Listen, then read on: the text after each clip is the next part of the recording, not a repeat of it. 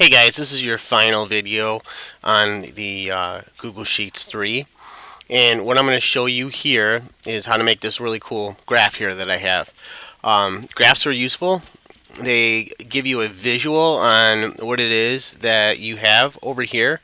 It's a very quick look to see, how much we spent on such items as cost, on like our subtotal, on the quantity. We can see the quantity here, then we can see also like our total cost here as well. So let's begin on figuring out how to put this all together. So I'm going to go and click here and delete my graph that I just had there. The first thing you need to do is you need to highlight from here and go all the way down to, for me, is football. Do not include the total here.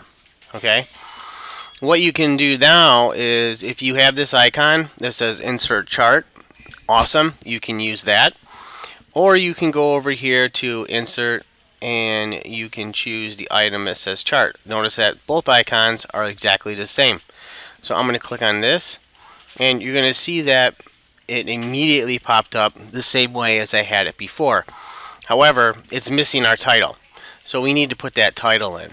So I'm going to click on customize and I'm going to go to chart and axis title and click on this section here, and I'm going to do my chart title, type that in here, and for that one I'm just going to type in cost of new equipment, new equipment.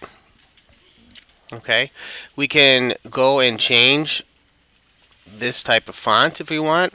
So if we wanted to make it different, like Arial, if we wanted to make it a different size, we could do that. Okay, so if I wanted to make it bigger, I can do it like that as well. We can also do, you can look at the vertical axis down here.